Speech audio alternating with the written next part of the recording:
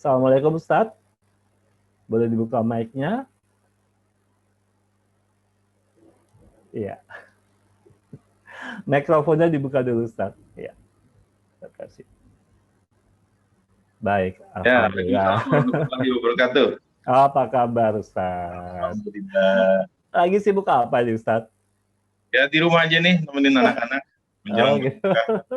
Di biru-biru kita ini. Iya, padahal nggak janjian Alhamdulillah. loh. Subhanallah, memang sudah Iya, rencana Allah alhamdulillah. ya mempertemukan kita dalam biru gitu. Iya. Baik, baik hadirin dan juga jamaah yang dirahmati Allah. Kita akan simak pemaparan tausiah dari Ustaz Valentino Dinsi yang hari ini akan menjelaskan tentang berbisnis ala Rasulullah. Di tengah situasi pandemi ini, sepertinya topik-topik seperti ini yang perlu kita dapatkan untuk menambah semangat dalam berbisnis. Tentu saja berbisnis yang tidak melanggar syariat Islam. Bagaimana? Silakan Ustaz Valentino. Baik, terima kasih Mas Riko. Bismillahirrahmanirrahim. Assalamualaikum warahmatullahi wabarakatuh. Innalhamdulillah allazi alafa baina qulubina fa asbahna bi ni'matihi ikhwana. Asyhadu an la ilaha illallah, asyhadu anna Muhammadan abduhu rasuluhu la nabiyya ba'da. Allahumma salli wa sallim ala habibina wa syafi'ina wa maulana Muhammad wa ala alihi wa ashabihi wa man tabi'ahum bi ihsanin ila yaumiddin wa ba'd. Ikhwan akhwat yang dirahmati Allah, sebetulnya saya kalau dapat topik yang seperti ini judulnya agak sedikit berat karena berbisnis ala Rasulullah. Karena berdasarkan pengalaman saya mencoba mencari literasi beberapa studi pustaka tentang masalah ini. Sampai hari ini saya belum menjumpai tentang itu yang spesifik berbicara tentang bagaimana Rasulullah berbisnis.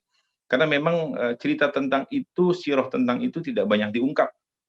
Karena sejak Rasulullah menjadi Nabi dan Rasul, maka praktis bisnis Rasulullah itu berhenti dan fokus 24 jam untuk berdakwah. Tetapi ketika hari ini teman-teman dari MKTV, DT meminta saya, malah saya justru tertantang kembali.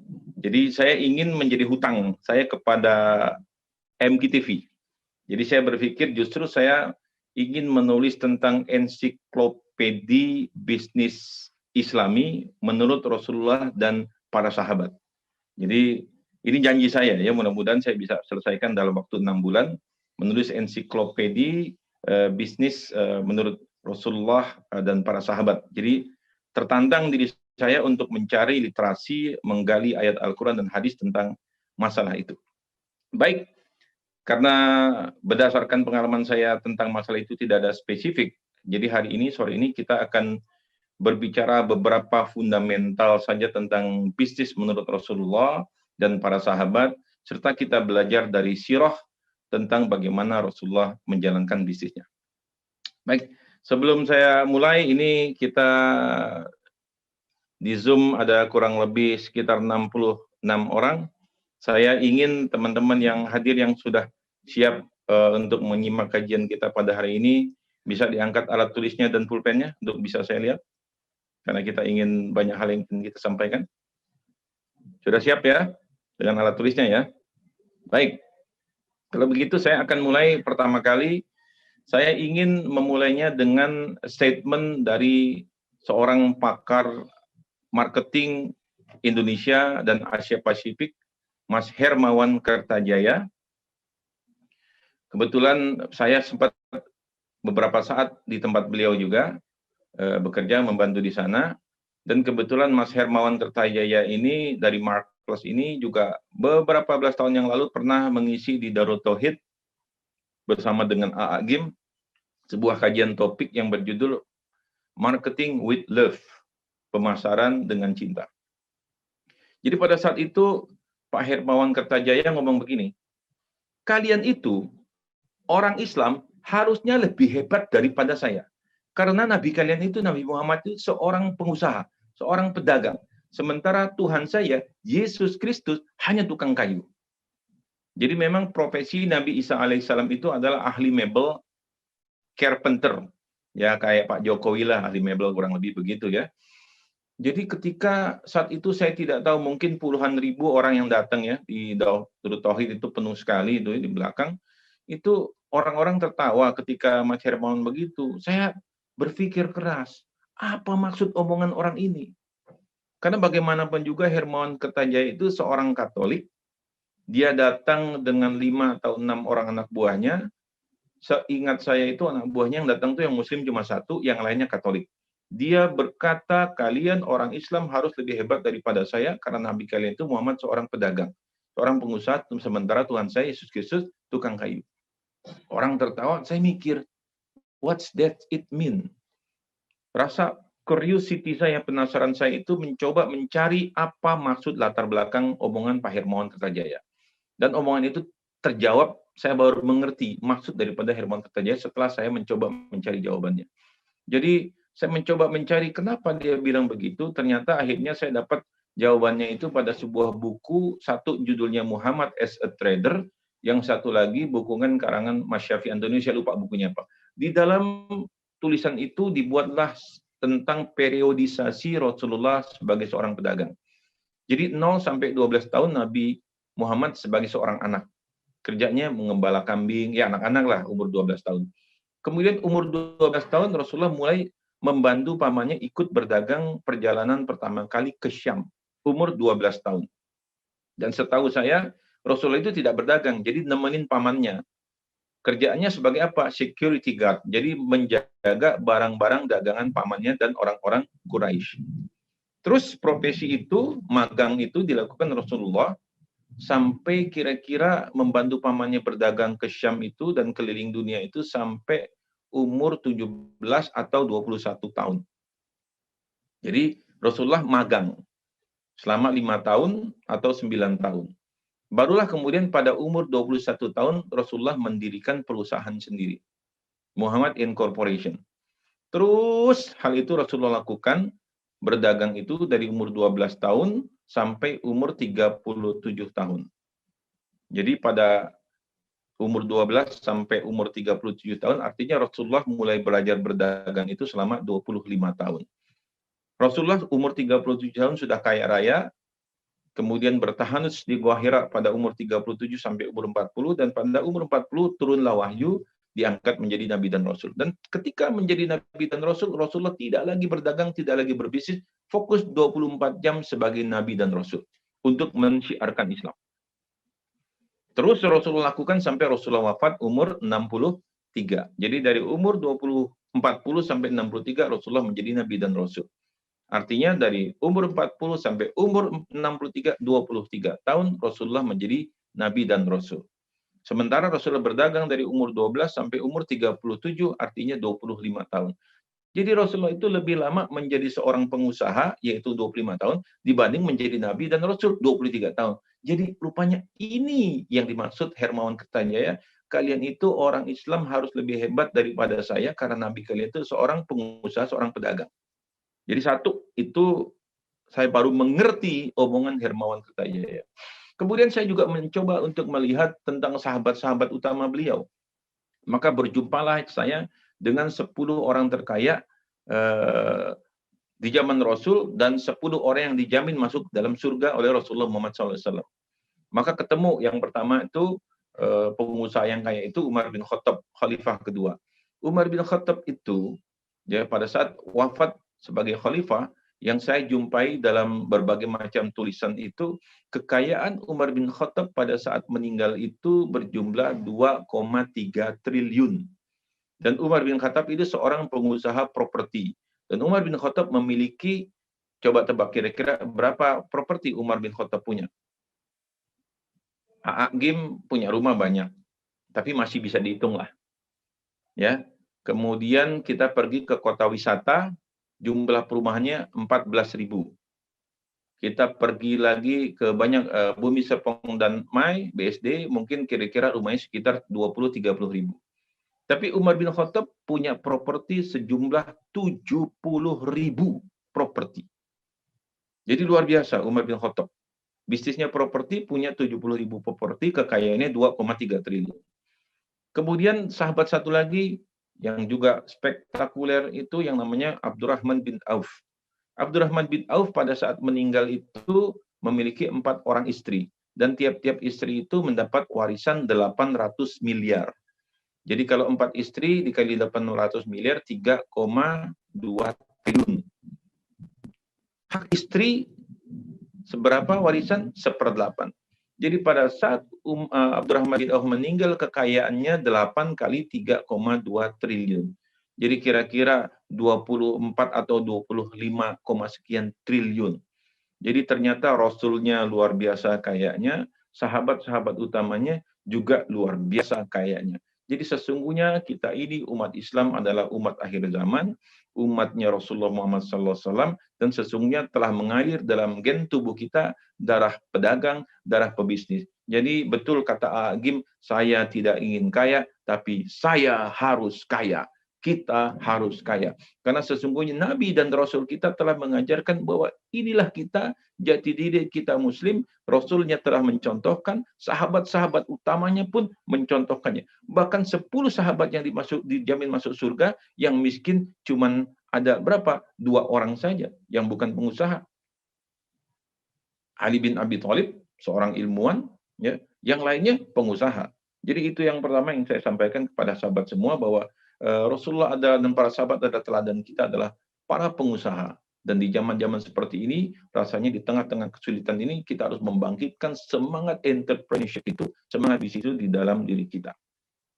Nah, apa sesungguhnya modal daripada Rasulullah dalam berbisnis? Jadi Rasulullah kita kenal dengan julukannya Al-Amin. Dari mana julukan itu didapat? Dalam sirah diceritakan, ketika suatu saat di masa zaman haji itu, maka orang datanglah banyak berhaji, maka Rasulullah pada saat itu sudah berdagang. Ya. Kemudian ada orang yang membeli dagangan kepada Rasulullah, kemudian setelah dia beli, ya Muhammad, saya ingin titip barang dagangan saya dulu, kemudian saya ingin tawaf dulu, nanti setelah tawaf saya akan kembali. Maka orang itu nitip barang dagangannya kepada Rasulullah, belanja kepada Muhammad, saat itu belum jadi Nabi dan Rasul, maka dititiplah, kemudian orang itu tawaf, tapi setelah tawaf dia langsung pergi pulang ke kampungnya. Dia lupa akan barang dagangannya. Sampai 3 hari kemudian dia baru ingat, dan kemudian dia mendatangi Muhammad, dan Muhammad masih tetap di tempatnya menjaga barang dagangannya, berdiri dengan posisi semula saat dia tinggalkan. Dan sungguhnya itulah, sejak itulah dia mendapat julukan Al-Amin, karena 3 hari orang berdagang pun tetap dijaga. Jadi julukan Al-Amin dapat dalam seperti itu. Ya, kemudian kita lihat bagaimana Rasulullah itu berdagang. Kalau kita bertanya, saya ada dalam pertanyaan dari diri saya, sesungguhnya Rasulullah dan para sahabat itu bisnisnya apa sih? Ternyata terjawab pertanyaan saya bahwa orang-orang Arab itu, ya, Arab Mekah itu adalah daerah gersang, daerah tandus. Jadi bisnisnya cuma satu, bisnisnya adalah bisnis perdagangan. Ya, jadi yang dilakukan oleh Rasulullah dan orang-orang Arab, bagaimana juga surat Al-Quraisy, li'ila fi Quraisy illa fihim rihlata syita'i was-shaif, itu adalah tentang bagaimana orang-orang suku Arab, suku Quraisy khususnya itu syita'i was-shaif, dia berdagang di dalam musim panas dan musim dingin. Jadi ambil barang dari Mekah, ya berdagang ke Syam, ambil barang dari Syam, berdagang ke Mekah.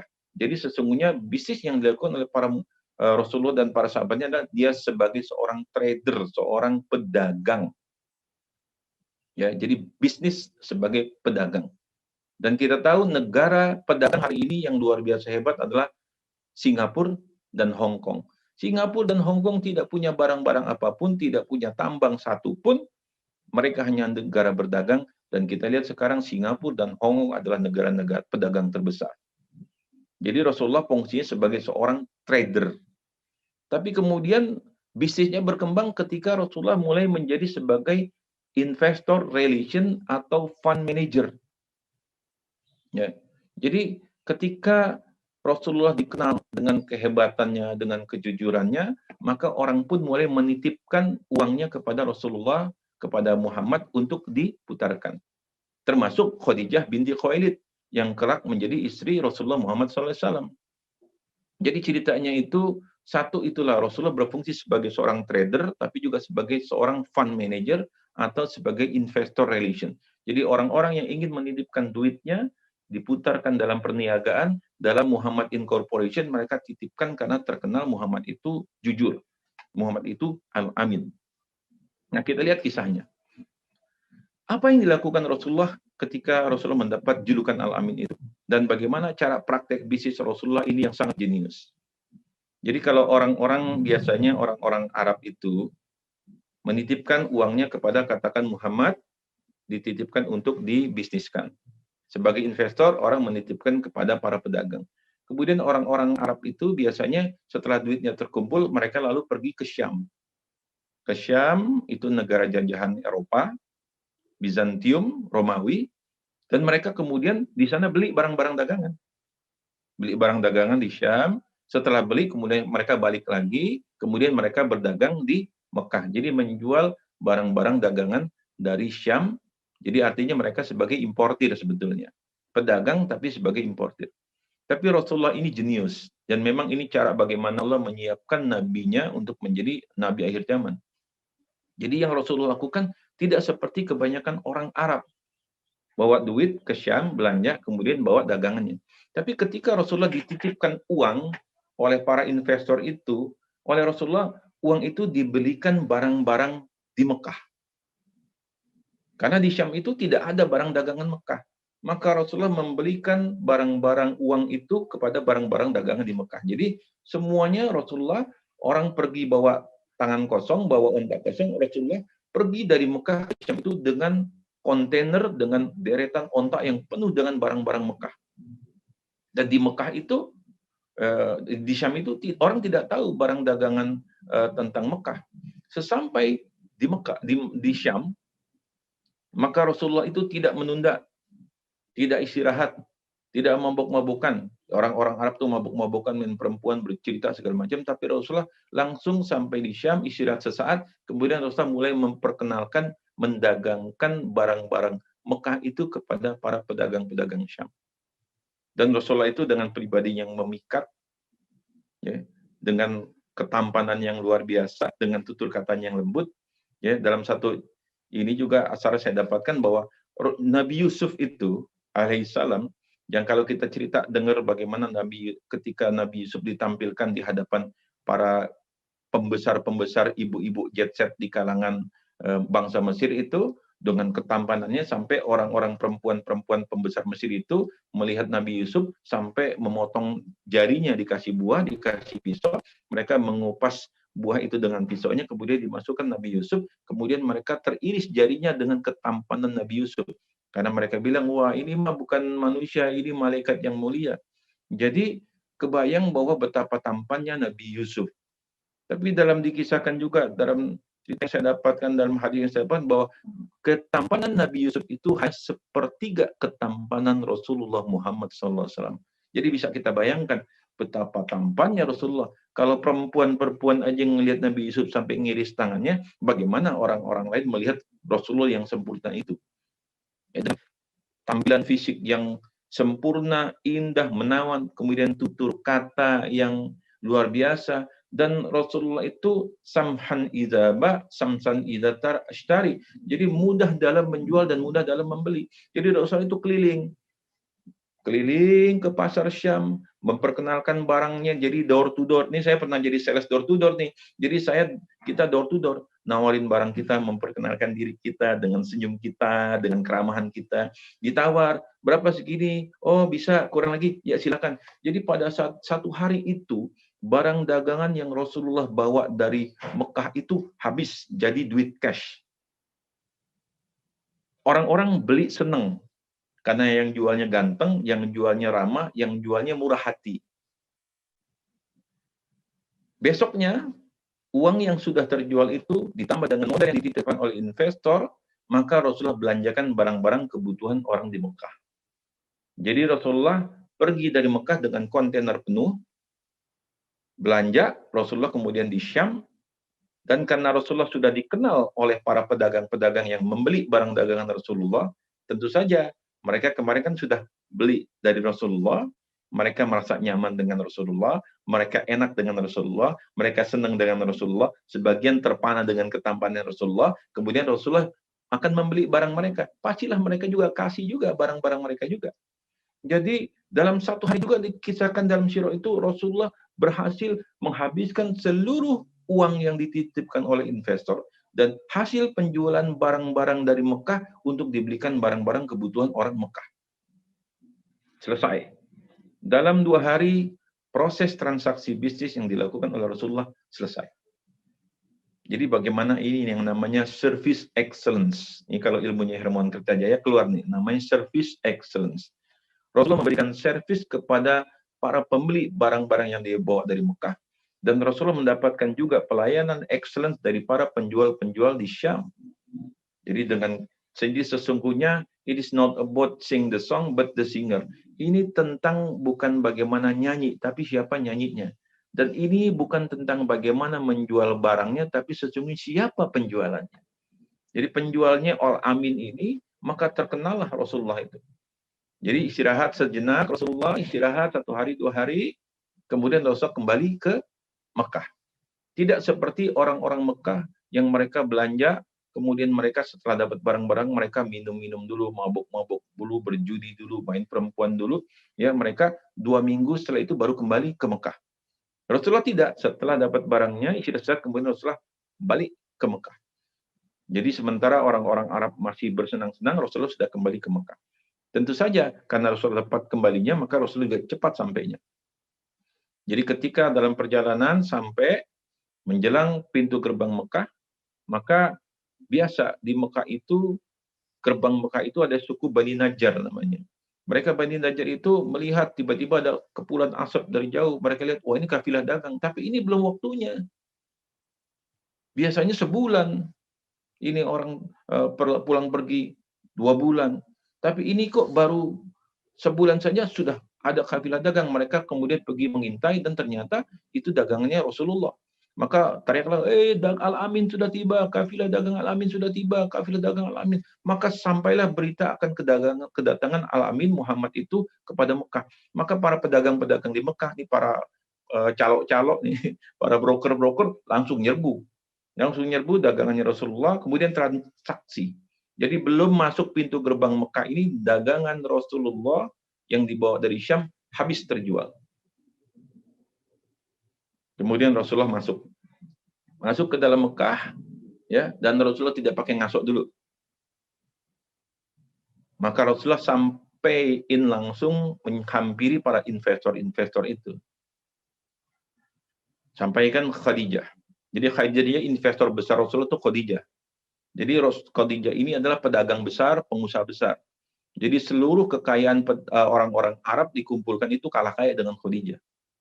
Maka masuklah Rasulullah menyampaikan kepada Khadijah, maka disampaikanlah, ini titipan amanah investasi dari Khadijah, ini modalnya, ini keuntungannya. Terus Rasulullah berkeliling kepada para investor-investor yang lainnya, menyampaikan amanahnya plus keuntungannya, dengan hitungan bagi hasilnya. Jadi bagaimana kecerdasan, kejeniusan Rasulullah memberikan service excellence, terpercaya, kasih modalnya, kasih untungnya, nggak pakai ditunda dulu. Kalau kita kan tunda dulu aja, tahan dulu lah, sebulan 2 bulan kita putar lagi. Kalau kita nih ahlu riba, apalagi sekarang, udah kita ribain dulu aja, kita depositin aja 6 bulan ke 1 bulan itu berapa duit. Tapi tidak dengan Rasulullah. Begitu Rasulullah mengajarkan bagaimana dalam berbisnis itu amanah itu sangat penting. Dan ketika orang berbelanja kepada Rasulullah tadi barang dagang dari Mekah, Rasulullah kasih tahu, ini kurma kelas 1, ini kurma kelas 2. Ini barang ini cacatnya ada di sini. Orang tanya, lalu bagaimana dengan kurma ini? Oh, kurma ini lebih bagus daripada kurma saya. Karena ini kurma nomor 1. Jadi Rasulullah memang sudah terbukti bagaimana Al-Aminnya itu secara transparan. Jadi akhlak transparansi dalam bisnis itu diajarkan oleh Rasulullah. Ya, kalau kita pedagang kita ini banyaknya bohong kan gitu. Kalau dulu saya ingat kalau beli mangga di rumah saya ini kan di Jakarta Timur, dekat Pasar Rebo, Kampung Rambutan itu. Kalau kita beli makanan di Hek itu, beli mangga, wah di atas bagus-bagus tuh. Kita lihat, wah bagus. Berapa sekilo Pak? 25.000. 20.000 boleh ya? Boleh deh Pak, beli. Oke, beli 2 kilo. Udah kita beli 2 kilo. Diambil sama dia tuh. Yang atas jalan, yang tangannya yang kiri jalan juga. Yang kanan ngambil yang atas, yang kiri ngambil yang bawah. Jadi begitu sampai rumah, kita dapat 2 kilo, dapat mangganya ada berapa? Ada 8. Ternyata 4 busuk. Kenapa? ketidakjujuran, tapi bagaimana kejujuran Rasulullah itu sampai dikasih tahu ini kualitas yang bagus, ini kualitas yang jelek. Dan ketika orang berbelanja dikasih bonus dan segala macam. Jadi begitulah cara Rasulullah berdagang, bagaimana cara Rasulullah sebagai seorang investor, sebagai fund manager itu trust. Jadi al-amin itulah modal utama. Dan sesungguhnya modal utama bagi seorang pengusaha itu apa sih? Modal utama seorang pedagang cuma satu, trust, kepercayaan. Jadi mata uang dalam bisnis itu cuma satu, trust, kepercayaan. Kalau kepercayaannya hilang, runtuh. Tapi kalau orang percaya ke Rasulullah, Khadijah nitip, orang-orang Arab nitip semua. Akhirnya bisnis jadi berkembang, jadi besar. Dan sesungguhnya di dalam perjalanannya itu akhlak Rasulullah itu mulia betul. Jadi kalau orang-orang Arab tuh dengan khalifah dagangnya kalau makan budaknya ya sendiri aja. Rasulullah enggak, dipanggil tuh Maisarah. Jadi Maisarah ini budaknya Khadijah. Jadi Rasulullah nitipin duitnya kepada Muhammad, seluruh hartanya untuk didagangkan, dan diutus Maisarah untuk ngelihat bagaimana transaksi bisnis Rasulullah ini. Maisarah itu terkagum-kagum dengan pribadi Rasulullah. Kalau makan, Maisarah diajak makan, diajak ngobrol. Dan Maisarah itu melihat keajaiban-keajaiban ketika berjalan dengan khalifah dagang Muhammad. Maisarah melihat bagaimana awan itu mengiringi. Jadi kafilah dagangnya Muhammad ini nggak kepanasan karena ditutupin awan. Dan begitu sampai di suatu negeri, itu negerinya pendeta Buhairah itu ketika Rasulullah turun pasti di tempat itu dan di pohon itu, dan pasti yang turun di situ menurut sejarah adalah pasti para nabi. Dan para pendeta Buhairah pada saat itu sudah meninggal, maka diajak ngomonglah.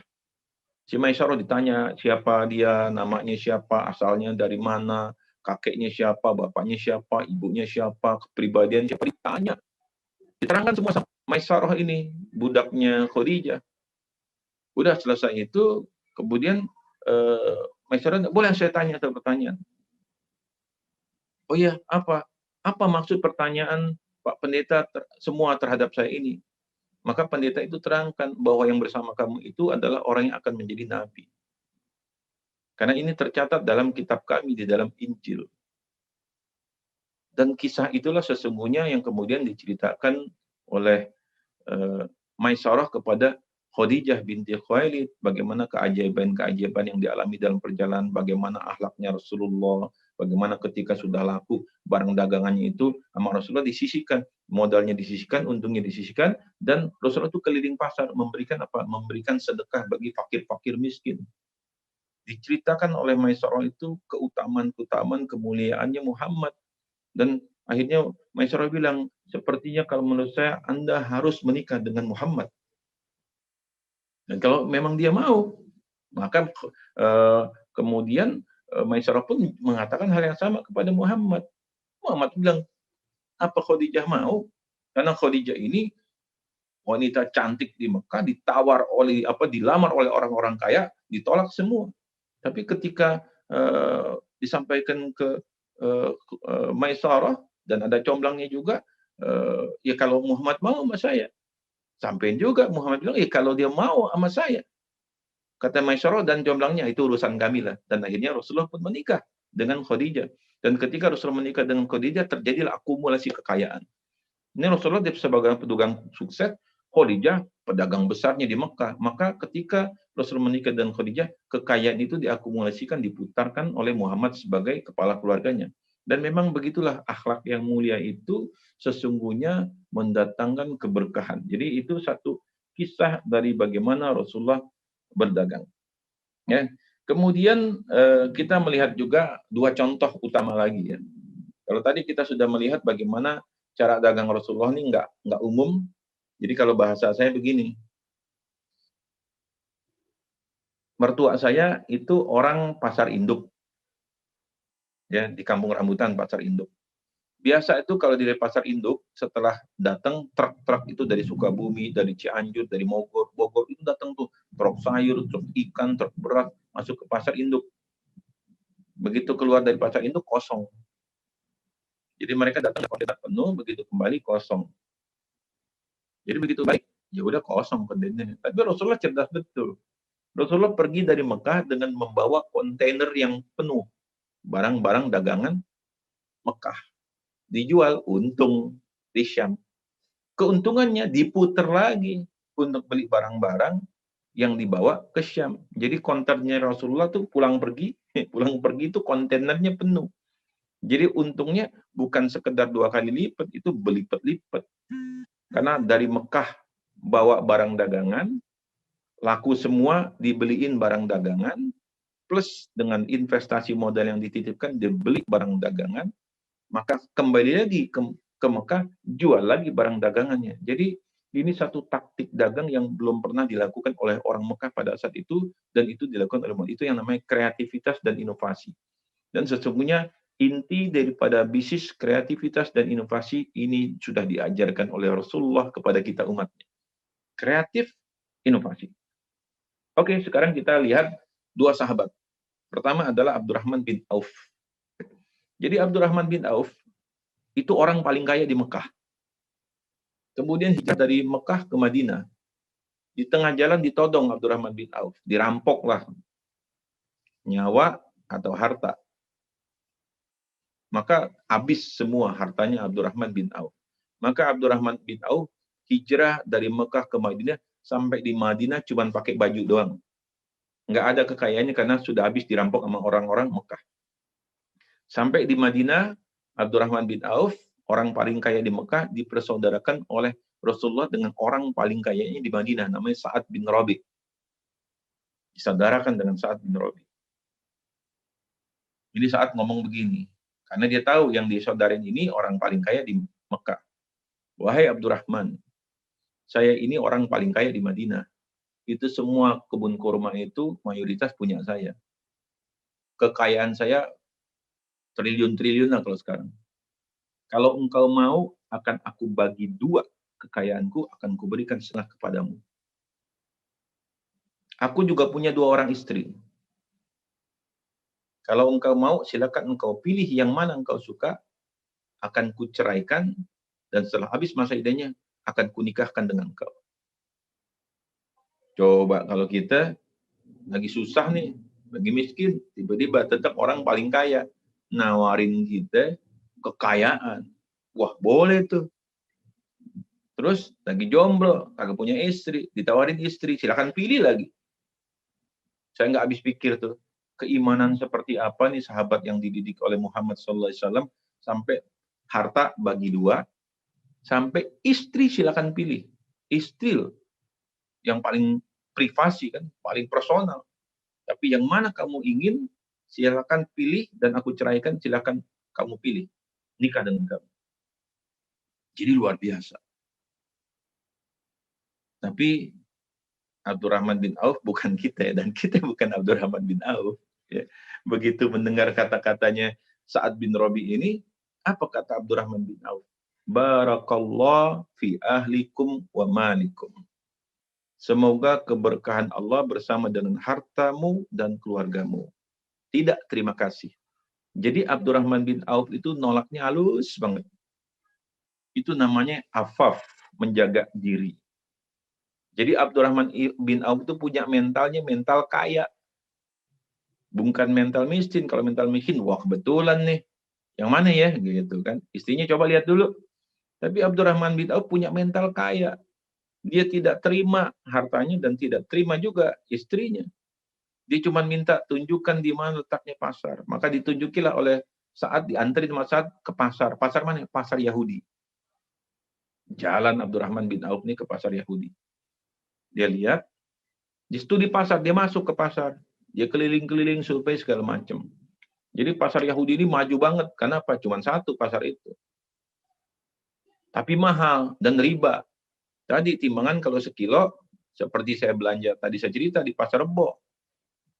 Timbang sekilo, sampai di rumah ditimbang lagi 8 on.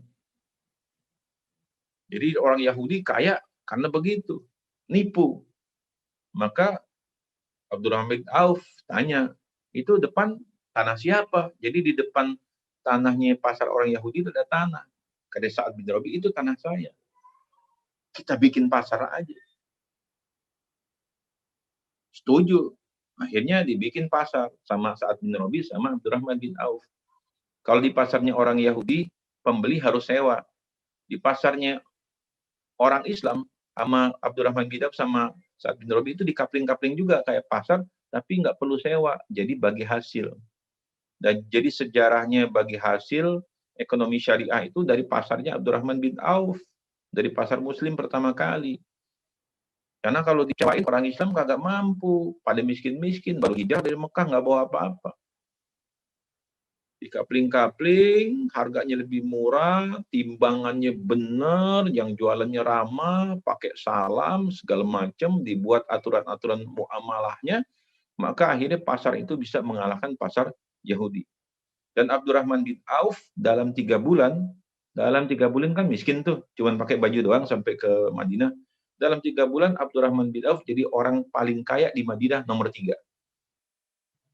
Dan dalam 1 tahun Abdurrahman bin Auf itu menjadi orang terkaya di Madinah dalam 1 tahun. Saking kayanya Abdurrahman bin Auf itu kampaknya aja dari emas. Sekarang orang terkaya di dunia nih, siapa? Bill Gates. 1.500 triliun. Punya kampak nggak dia? Nggak punya dia. Apalagi kampaknya dari emas. Ya Abdurrahman bin Auf itu kampaknya dari emas. Abdurrahman bin Auf itu 1/3 penduduk Madinah itu dibayarin utangnya. Dilunasin utang. Dia keliling, siapa yang punya utang? Dibayarin utangnya. 1/3 penduduk Madinah. 1/3 lagi orang-orang Madinah yang lagi nganggur dikasih modal sama Abdurrahman bin Auf. Cari anak-anak muda ada paling nganggur, dikasih modal, suruh berbisnis, suruh berdagang. 1/3-nya lagi sama Abdurrahman bin Auf disantunin. Sedekahnya Abdurrahman. Jadi semuanya satu penduduk Madinah itu semuanya penikmat kekayaan Abdurrahman bin Auf. Kenapa? Begitulah kayanya Abdurrahman bin Auf. Begitu dermawannya. Dan dia belajar dari mana? Belajar dari gurunya Muhammad SAW. Bagaimana suatu saat, ya ini saya lupa nih di zaman Umar apa zaman Abu Bakar. Rasulullah udah kagak ada. Ya, tiba-tiba di Madinah itu gempar karena dari jauh asap ngepul tinggi, udah pada teriak-teriak aja semua, takutnya ini orang Quraisy bukan orang-orang Arab, orang Mekah pada mau nyerang ke Madinah. Maka dikirim mata-mata, begitu sampai mata-mata, oh ternyata itu bukan pasukan perang, itu kontainernya Abdurrahman bin Auf bawa penuh barang dagangan, ada berapa? 700 kontainer, 700 ontak berbaris ke belakang panjang, jadi ngebul asap. Ya pasir tuh asap ngebul 600. Dah, kemudian Aisyah tanya, ada apa? Kata orang yang ditanya, itu Ummul Mukminin, itu Abdurrahman bin Auf dengan 700 kontainer barang dagangannya. Kalau sekarang ya kita 700 kontainer lah ya. Terus Ummul Mukminin Aisyah bilang, sungguh aku pernah mendengar Rasulullah berkata bahwa Abdurrahman bin Auf masuk surganya dengan merangkak. Ini hadisnya perlu diverifikasi lagi, tapi para ulama banyak menyampaikan tentang hadis ini. Sungguh aku pernah mendengar Abdurrahman bin Auf masuk surganya dengan merangkak. Merangkak itu bukan merangkak begini, bukan ya. Maksudnya lambat. Kenapa? Kekayaannya banyak, hitungannya lama gitu kan. Kemudian orang ini pergi kepada Abdurrahman bin Auf, menyampaikan, ya Abdurrahman bin Auf, aku tadi ketemu dengan Ummul Mukminin Aisyah radhiyallahu anha, dan beliau mengatakan bahwa engkau masuk surganya dengan merangkak, lambat. Kemudian Abdurrahman bin Auf pacu kudanya langsung ke rumah Ummul Mukminin. Sampai di rumah Aisyah, apa kata Abdurrahman? Ya Ummul Mukminin, jazakillah khairul jaza, engkau telah mengingatkan aku kepada Rasulullah. Maka hari ini saksikan ya Allah, bahwa pada hari ini aku sedekahkan seluruh barang daganganku yang 700 kontainer ini, emas, perak, mutiara, berlian, sembako, aku sedekahkan semuanya kepada kaum muslimin. Kebayang Pak, 700 kontainer semuanya disedekatkan oleh Abdurrahman bin Auf kepada penduduk Madinah. Jadi penduduk Madinah itu memang hidup dari Abdurrahman bin Auf. Dan begitulah sifat daripada Abdurrahman bin Auf yang belajar dari gurunya. Dan kita tanya, Abdurrahman bin Auf ini termasuk orang yang dijamin masuk surga. Jadi tentang bagaimana Rasulullah berbisnis, sesungguhnya sifat-sifat itu menurun kepada para sahabatnya. Dalam hal ini menurun kepada Abdurrahman bin Auf, betapa dermawannya, betapa ringan tangannya. Ya, jadi kan ada orang yang cukup Nih, ada 4 bagian nih Pak. Orang itu ada 4, 1 yang cukup. Ya, pokoknya kurang mah enggak, pas-pasan enggak juga, tapi ada aja cukup. Yang kedua, kaya Pak. Yang kedua orang kaya. Ya, jadi tipe kedua kaya. Ya, dia bisa beli rumah, beli mobil segala macam. Yang ketiga tuh kaya banget. Kaya banget. Ya, siapa contohnya? Kita nyebut artis. Nah, itu Bos Q. Bagi-bagi harta, bagi-bagi duit di televisi. Wah, kaya banget dia kan. Raffi Ahmad, wah kaya banget, mobilnya ganti-ganti. Itu baru kaya banget. Tapi kalau kayak Abdurrahman bin Auf, kampaknya jadi emas, itu bukan kaya banget, kebangetan kayaknya. Kebangetan kayaknya dia. Sampai sepertiga penduduknya dia kasih lapangan pekerjaan, sepertiga penduduknya dia sedekahin, sepertiga penduduknya lagi dibebasin utangnya. Kayaknya kebangetan. Jadi itulah Abdurrahman bin Auf. Tapi jangan tanya sholat malamnya tiap malam. Sholat duhanya rajinnya luar biasa. Jihadnya luar biasa. Kita sahabat Nabi bukan. Jangankan kaya banget deh. Kaya juga kagak. Ibadah kita gimana? Jadi saya begitu ingat ini jadi ingat, ya Allah. Jangan-jangan nih Allah saya kasih begini karena ibadah kita dulu. Kita Allah dikasih kayak begini sekarang, punya kelebihan. Itu jangan-jangan karena ibadah kita. Karena kita apa? Kita ngumpulin ibadah kita yang dulu, maka Allah kasih kelimpahan. Kemudian diuji kita nih, bangsa kita ini dengan kesusahan. Dengan pandemi, kan susah semua nih. Ya, jangan-jangan memang lagi dikuras sama Allah ini. Jadi yang harus kita lakukan, ngapain? Tingkatin lagi ketakwaannya. Tambahin lagi ibadah. Dan ini Ramadan luar biasa kan. Yuk, yang dulu kemarin udah khatam 1 kali, naikin khatam Qur'annya 2 kali. Yang 2 kali jadi 3 kali. Yang 3 kali jadi 4 kali. Ya, kalau kita lihat Imam Syafi'i, Masya Allah, Imam Syafi'i itu selama Ramadan khatam 60 kali. Jadi sehari khatam 2 kali. Tadi istri saya baru ikut pengajian di kelompoknya tuh. Yang ngebacain, saya bilang, itu Mi, siapa yang baca Quran tuh? Ternyata gurunya dia, murabinya dia yang baca Quran. Bacanya udah kayak air. Kenapa? Lulusan dari Timur Tengah. Bacanya udah kayak air aja, Arab udah kayak air. Jadi memang karena lancar bacanya ya, sehari bisa khatam sekali 2 kali, ya luar biasa. Dan kalau kita lihat nanti yang ketiga, kita lihat Utsman bin Affan. Utsman bin Affan itu dalam 1 malam tuh sholat 1 rakaat khatam Quran. 1 rakaat baru khatam Quran. Jadi kalau dia bacanya sholatnya 3 rakaat, 2 sholat sunnah, 1 witirnya, 3 kali khatam. Ya. Jadi Masya Allah, ternyata bagaimana sahabat-sahabat utama ini Allah kasih dunia ini karena memang akhiratnya full. Kedekatannya kepada Allah luar biasa. Taqarrub ilallahnya luar biasa. Jadi Allah campur tangan. Dan kalau Allah campur tangan, selesai semua urusannya. Ya, itu Abdurrahman bin Auf. Terakhir sebagai penutup saya ingin cerita yang ketiga. Dan pernah saya sampaikan juga di DT juga, cerita tentang Utsman bin Affan. Utsman bin Affan ini adalah menantu Rasulullah, ya, sahabat Rasulullah, orang terkaya setelah Abdurrahman bin Auf, yang menyedekahkan sumur Rumat di Madinah, dan sedekah sumurnya itu sampai hari ini masih ada hasilnya, yaitu punya rekening tabungan di bank di Madinah atas nama Utsman bin Affan.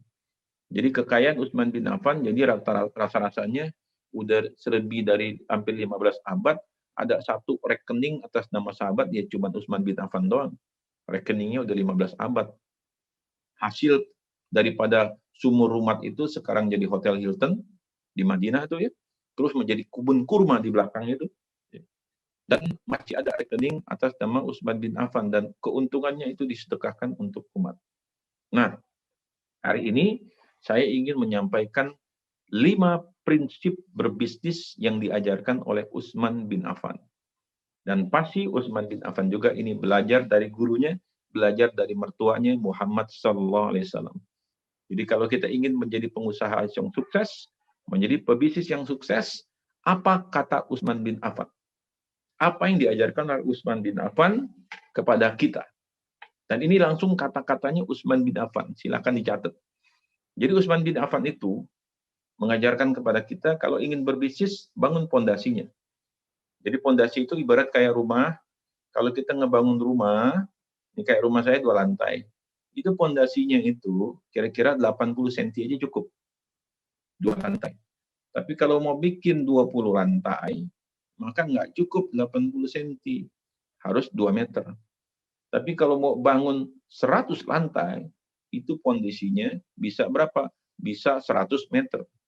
Jadi ibaratnya rumah, bisnis itu kalau ingin menjadi besar, ingin menjadi kuat, ingin menjadi kokoh, ingin menjadi triliuner, ingin menjadi miliarder, maka pondasi bisnis yang harus dibangun secara kuat.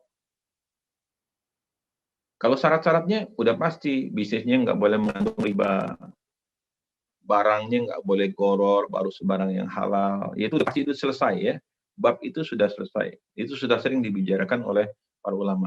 Tapi prinsip dasar, pondasinya dasar, apa yang diajarkan oleh Utsman bin Affan kepada kita? Yang pertama, kata Utsman bin Affan, kalau kita ingin berbisnis, ingin menjadi pengusaha sukses, ingin menjadi pengusaha muslim, ingin menjadi konglomerat muslim, kuntu u'alij. Kuntu u'alij. Ilaj itu artinya obat. Ya saya terjemahkan pakai bahasa Indonesia, kuntu u'alij artinya kerjakan sendiri. Jadi kalau kita mau jadi pengusaha, ingin jadi pebisnis, kerjain sendiri. Maksudnya bagaimana? Jadi jangan begini. Saya dulu punya saudara ya, dia menikah dengan anak menteri. Maka dia jadi menantu menteri kan. Jadi menantu menteri, udah karena mertuanya menteri, dapat fasilitas.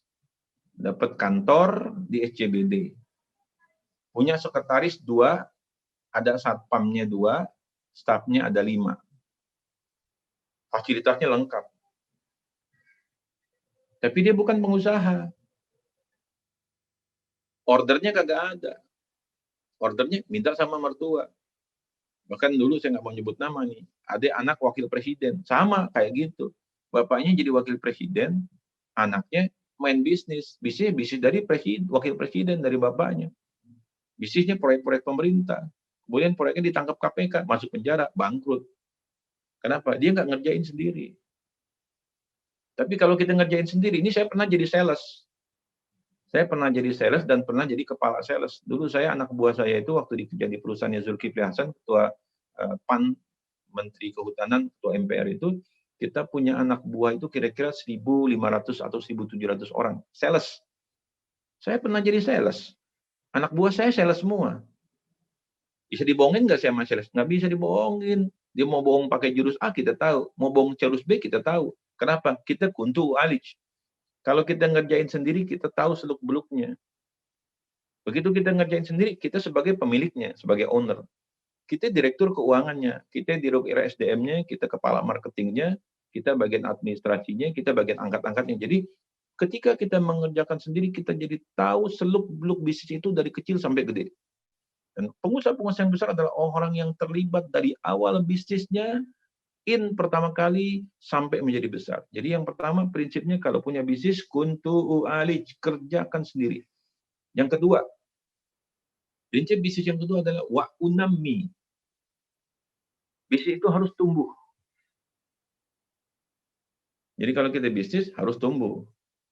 Contoh, ada tetangga saya jualan nasi uduk. Modalnya berapa? 200.000. Dikasih modal 200.000 sama lembaga zakat. Buka di pinggir jalan, 200.000. Ya, hari ini mulai buka, jam berapa? Jam 6, jam 9 udah habis. Dihitung-hitung dari 200.000 dia dapat berapa? Dapat 250.000. Alhamdulillah, modal 200 dapat 250.000. Kurangin dari 50.000 keuntungan, ternyata untungnya cuma 10.000. Karena bayar yang bantu nyucinya, bayar yang bantuin ngebungkusinnya 10.000. Ya, untungnya cuma 10.000. Terus lagi giat lagi. Besok modal 210.000. Dapat berapa?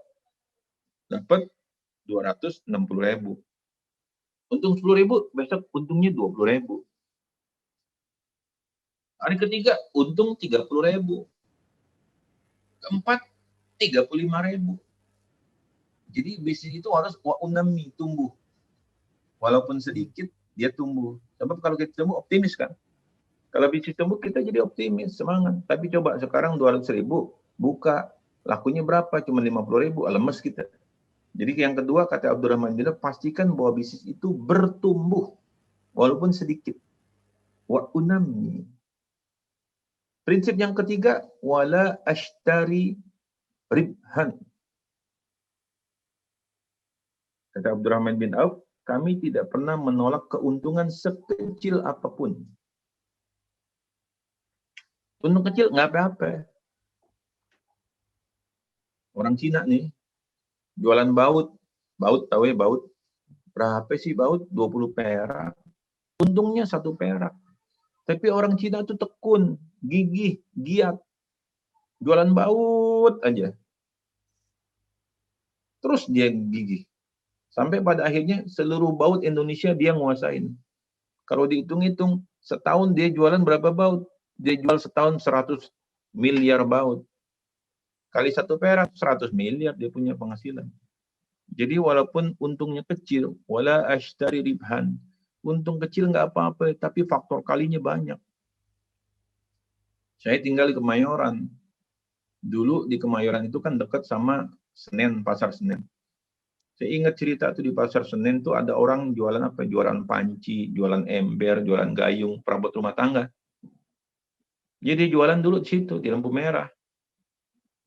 Terus dia gigih, jualan perabotan, jualan panci. Berapa puluh tahun kemudian muncul di TV. Cintailah produk-produk Indonesia. Halim Markus, Mas Pion Group. Sekarang peralatan panci rumah tangga jagonya Mas Pion. Kenapa? Wala ashtari ribhan. Ya. Jadi jangan tolak keuntungan kecil pun, gigih. Yang ketiga, yang keempat. Prinsip bisnis yang keempat yang diajarkan oleh Abdurrahman bin Auf adalah wala ashtari syaikhan. Wala ashtari syaikhan. Syaikhan itu arti syekh tua. Kami tidak pernah menjual barang-barang yang sudah tua, yang udah expire. Saya tinggal di komplek Gereja Tugu Asri ini Depok. Di kompleks saya ada tukang sayur, tukang sayur lah jualan sayur, ayam, ikan, daging, buah. Itu mahal harganya. Tapi satu kompleks saya tetap beli ke dia tuh. Kenapa? Terkenal si Usup itu barang dagangannya bagus kualitasnya. Harganya lebih mahal, tapi nggak apa-apa, kualitasnya paling bagus. Dagingnya seger, ikannya seger, buahnya juga manis. Ya, wala ashtari syaikhan. Ya begitu juga Rasulullah, begitu dagang dikasih tahu sama Rasulullah, ini kurma nomor 1, ini kurma nomor 2. Kalau ini jelek ini sini, ini bagusnya di sini. Dan Rasulullah tuh cuma jual barang-barang apa? Berkualitas. Salah satu dagangannya Utsman bin Affan, kalau saya nggak salah ini Utsman bin Affan jualan sembako, Pak. Sembako, gandum. Jualan gandum sama jualan ini apa? Cheese apa itu? Keju. Jadi orang beli ke Abdurrahman bin Auf itu gandum. Pokoknya kalau beli ke Abdurrahman gandumnya baru. Gandumnya seger, nggak bau apek. Jadi ini tentang bicara serve call. Kalau di Marpers ini namanya serve call. Service and quality. Dan Rasulullah itu mengajarkan bagaimana menjualkan barang itu yang berkualiti, tapi juga servis. Mukanya enak, asik gitu kan, memberikan kemudahan, samsan idaba, samsan ida ashtari, mudah dalam menjual dan mudah dalam membeli. Jadi service and quality.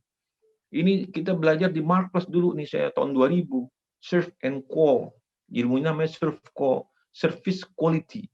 Memberikan servis terbaik, memberikan kualitas terbaik. Dan sesungguhnya ini udah diajarin sama Abdurrahman bin sama Utsman bin Affan, wala ashtari syaikhan. Dahsyat ini.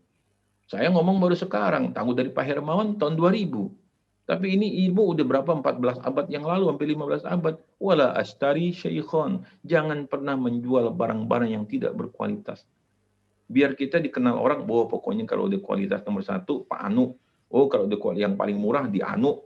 Jadi orang sudah mengingat kita dengan persepsi kita di mata orang. Itu yang namanya brand positioning. Ini udah bicara brand positioning. Sama juga begitu orang menitipkan uang semuanya kepada Muhammad Al-Amin. Kenapa? Dia Al-Amin. Dan ketika sudah kita terpercaya, waduh, forget about money. Money will follow you. Duit ngikutin kita. Bahkan orang berlomba-lomba nitipin duitnya ke kita. Jadi yang kelima ada wala ashtari syaitan. Jangan pernah menjual barang yang tidak berkualitas. Juallah barang yang berkualitas barangnya. Berikan servis yang terbaik. Karena sekarang ini bisnis tidak bisa dipisahkan antara produk and service. Bundling dia. Dan yang terakhir yang bisa membuat bisnis ini menjadi melonjak. Ya, kalau tadi wa unami, tumbuh berapa? 1%, 10%. Jadi sebagai pemilik perusahaan nih, saya sebagai CEO cuman bilang gini sama tim saya. Baik teman-teman semua, nanti tahun 2021 akhir saya ingin bisnis kita tumbuhnya 10% ya. Berapa profit tahun ini? Sekian Pak Ustadz. Oke, nanti 2021 akhir saya ingin tumbuh 10%. Sebagai owner, sebagai CEO, kita ngomong gitu aja, itu namanya undang. Tumbuh 10%. Tapi kalau prinsip yang kelima, Abdurrahman Utsman bin Affan ini, kata Utsman bin Affan, prinsip pendasar yang kelima, yang ini bisa menjadi meloncat. Dan ini yang bikin orang jadi konglomerat, sesungguhnya prinsip yang kelima ini. Ya, 1 sampai 5 berkaitan ya. Prinsip yang kelima, wa aj'ala ra'sain. Wa aj'ala ra'sain. Kami menjadikan 1 jadi 2. Ini bicara tentang leverage, namanya leverage. Sekarang buka kebab. Hendy Setiono tuh, ya ini pembaca buku saya juga tuh, jangan mau jadi orang gajian. Kebab Babarafi. 1 kebabnya. Kemudian dia franchise-kan cabangnya di 4.000. Nah itu namanya wa aj'ala ra'sain. 1 jadi 4.000. Jadi pelipat gandaan atau leverage. Ilmu yang namanya leverage. Bisnis ketika di leverage menjadi berlipat-lipat ganda. Tapi untuk bisa sampai ke leverage itu selalu dasarnya yang pertama, kuntu u'alij, kerjakan sendiri. Kalau kamu kerjakan sendiri, kamu tahu suka dukanya, kamu tahu masalahnya, kamu tahu seluk-beluknya, sehingga ketika sudah tahu, makin lama makin waktunya, jadi kamu bisa belajar. Saya sebagai penutup, saya ingin nutup dengan kata-kata ayah angkat saya, Bob Sadino. Bob Sadino bilang begini, Valentino, pada awalnya berbisnis itu kita tidak tahu. Ya kan? Ya teman-teman mungkin yang ingin berbisnis, mau bisnis apa ya? Nggak tahu. Pada awalnya berbisnis tidak tahu. Dilakukan terus ya, kuntu alid, kerjain sendiri. Setelah dilakukan, lama-lama jadi bisa. Dari tidak tahu menjadi bisa. Jadi nggak tahu, menjadi tahu dulu. Jadi tidak tahu, yang kedua menjadi tahu. Oh begini. Ini sekarang yang lagi rame, kemarin saya ngomong sama teman saya tuh bikin jualan namanya apa ya, Raja Molen, pisang molen. Dia ngambil franchise-nya, tapi dia nggak mau karena ini yang punya Cina, akhirnya dia bikin sendiri.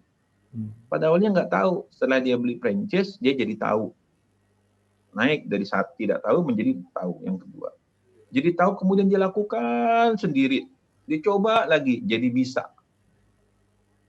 Setelah berkali-kali dilakukan, setelah berbulan-bulan, dia jadi bisa bikin kayak gitu. Adonan kayak Raja Molen. Terus dilakukan, akhirnya menjadi mahir. Dari bisa, naik lagi menjadi mahir karena jam terbang. Setelah mahir dilakukan terus, inovasi, coba ini, coba itu, tanya sini, tanya sana, perbaiki dan itu, akhirnya yang level tertinggi menjadi ahli. Jadi dari tidak tahu, menjadi tahu, menjadi tidak tahu, menjadi bisa, menjadi mahir, menjadi ahli. Dan kalau sudah kita menjadi ahli, forget about money. Lupakan uang. Money will follow you. Uang akan ngikutin kita. Kenapa? Kita ahli. Sebagaimana tadi saya bisa nyebut, kalau kita mau bikin film.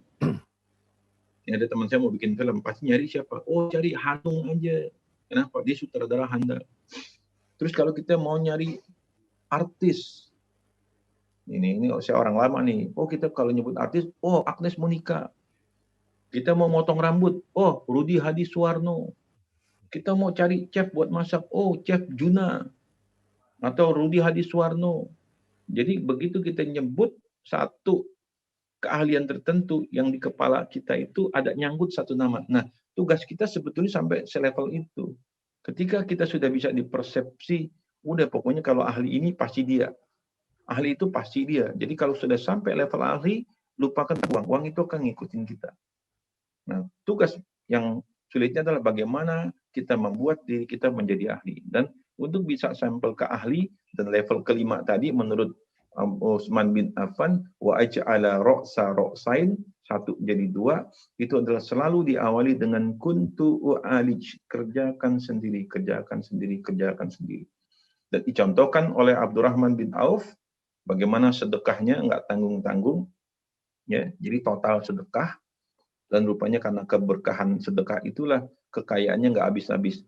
Jadi kalau orang bosan jadi orang miskin, mungkin kalau bahasa kita siapa nih bosan jadi orang kaya, kagak habis-habis, semakin disedekahin datang lagi, disedekahin datang lagi, sedekahin datang lagi. Kenapa? Itulah yang namanya keberkahan. Dan sesungguhnya berbisnis itu selalu dicari bukan cuma it's about number. Ini tentang keberkahan. Kalau kita bisa memberikan keberkahan, maka khairun nas anfa'uhum linnas. Sebaik-baik manusia yang bisa memberikan manfaat kepada orang lain. Dan sesungguhnya hakikat berbisnis dalam Islam ini sering saya sampaikan kepada dua orang sahabat saya, guru saya juga, Mas Khairul Tanjung dan Sandiaga Uno. Saya selalu bilang kepada mereka dua, Bang, abang ini udah jadi orang terkaya di Indonesia. Mas Khairul Tanjung itu sempat jadi 4 terkaya di Indonesia. Turun jadi nomor 7. Mas Sandiaga Uno itu sempat jadi 43 terkaya di Indonesia. Saya bilang, Bang, abang udah jadi orang terkaya gini, mendingan beli surga, Bang. Jadi orang kaya itu targetnya adalah bisa membeli surga. Bawa mati itu harta.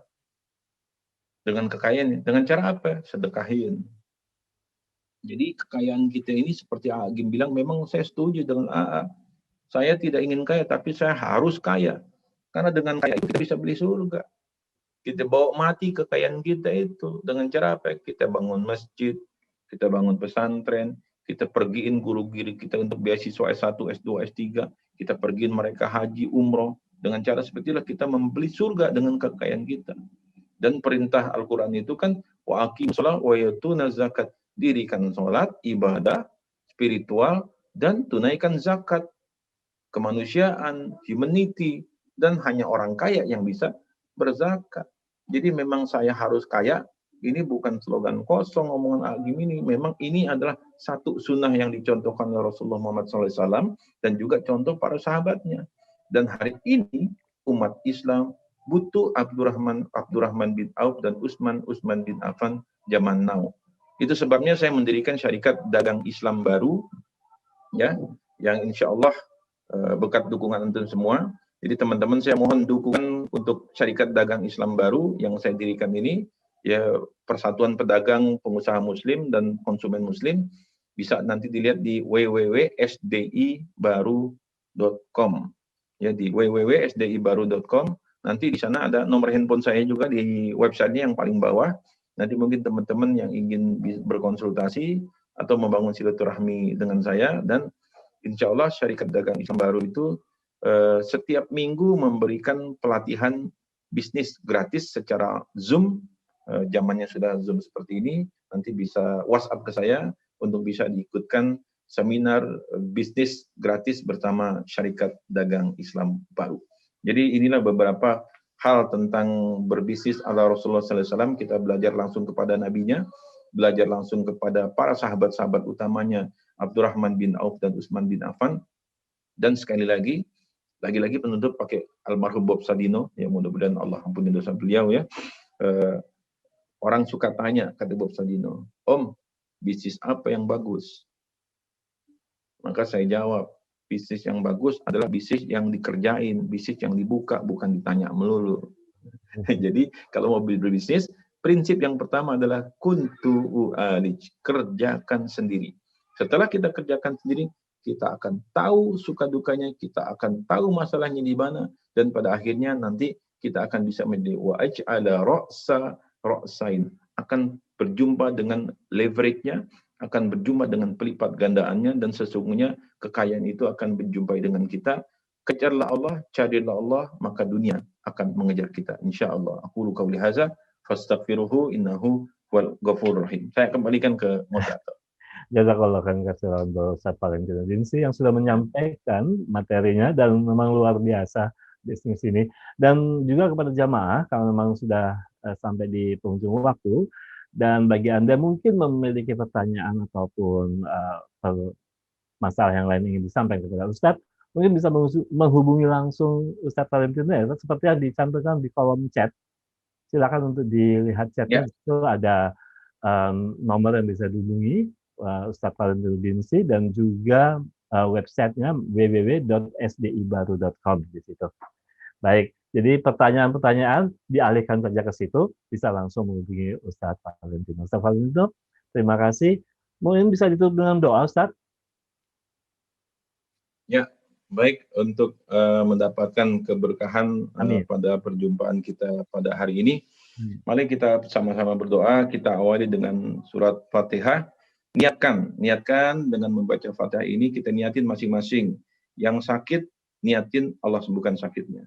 Yang punya utang, Allah lunasi utangnya. Amin. Yang punya hajat, punya keperluan apapun, niatin dengan membaca surat Fatihah ini berdasarkan niat masing-masing. Mudah-mudahan Allah kabulkan segala hajat kita dengan Fatihah ini. Allah haziniyah wa la niyatin sholih ila hadratin Nabi al-Mustafa. Al-Fatihah. Auzubillahi minasyaitonir rajim. Bismillahirrahmanirrahim. Alhamdulillahirabbil alamin arrahmanir rahim maliki yaumiddin. Iyyaka na'budu wa iyyaka nasta'in. Ihdinas siratal mustaqim. Siratal ladzina an'amta 'alaihim ghairil maghdubi 'alaihim waladdallin. Amin. Astaghfirullahalazim, astaghfirullahalazim, astaghfirullahalazim wa atubu ilaih. Allahumma ya Rahman ya Rahim ya Ghani ya Hamid ya Aziz ya Ghaffar ya Fattah ya Manan al-Malik al-Quddus as-Salam al-Mu'min al-Muhaimin al-Aziz al-Jabbar al-Mutakabbir. Subhanallah amma yuskin. Wallahul khaliqul bari al-musawwir lahul asma'ul husna yusabbihu lahu ma fis samawati wal arwah wal azizul hakim. Allahumma salli ala Muhammad wa ala ali Muhammad wa barik ala Muhammad wa ala Muhammad innaka Hamidum Majid. Allahumma fir lil muslimina wal muslimat wal mu'minina wal mu'minat al ahya'i minhum wal amwat innaka sami'un qaribun mujibul da'wati ya qadil hajat. Rabbil fir lana wa li walidayna warhamhum kama rabbana shaghira. Rabbana la tuzigh qulubana ba'da idh hadaytana wa hab lana min ladunka rahmah innaka antal wahhab. Rabbana hab lana min azwajina wa dhurriyyatina qurrata a'yun waj'alna lil muttaqina imama. Rabbana Allahumma inni as'aluka bi anni ashhadu annaka antallah la ilaha illa anta ahadus samad lam yalid wa lam yulad wa lam yakul lahu kufuwan ahad la hawla wa la quwwata illa billahil aliyyil azim. Allahumma akfina bihalalika an haramika wa aghnina bifadlika amman siwak. Allahumma inna nas'aluka minal baras wal junun wal juzam wa min syai'il asqam wa min qarana la ilaha illa anta. Rabbana atina fid dunya hasanah wa fil akhirati hasanah wa qina azaban nar. Wa sallallahu ala sayyidina Muhammadin wa ala alihi wa sahbihi wa sallam. Walhamdulillahi rabbil alamin. Jazakallah khairan Ustaz Valentino Dinsi. Insyaallah kita bisa bertemu kembali di sesi yang lainnya lagi. Terima kasih Ustaz. Insyaallah. Baik. Barakallahu fiik. Baik.